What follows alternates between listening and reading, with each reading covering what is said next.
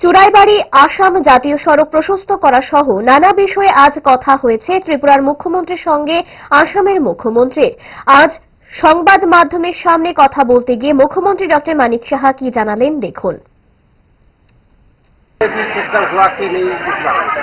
ऐसा नहीं है, ये तो हम सब जानते हैं आदरणीय मुख्यमंत्री आसाम के ईश्वरचंद्र शर्मा और ये इनके साथ मेन जो बात हुआ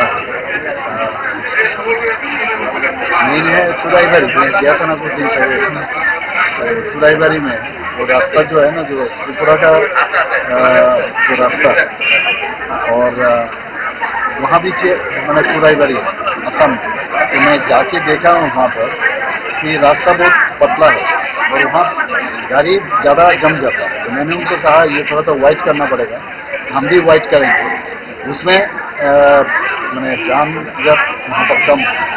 एक तो ये विषय बात हुआ। दूसरा विषय हुआ है जो बिजली के बारे में बात, इनके पास अभी एक्सेस बिजली है, हमारे पास भी एक्सेस बिजली है। तो बांग्लादेश में हम लोग को ऑलरेडी दे रहे हैं बांग्लादेश के, तो ये चीज़ देके ये लोग भी चाहते हैं हमको बिजली दे।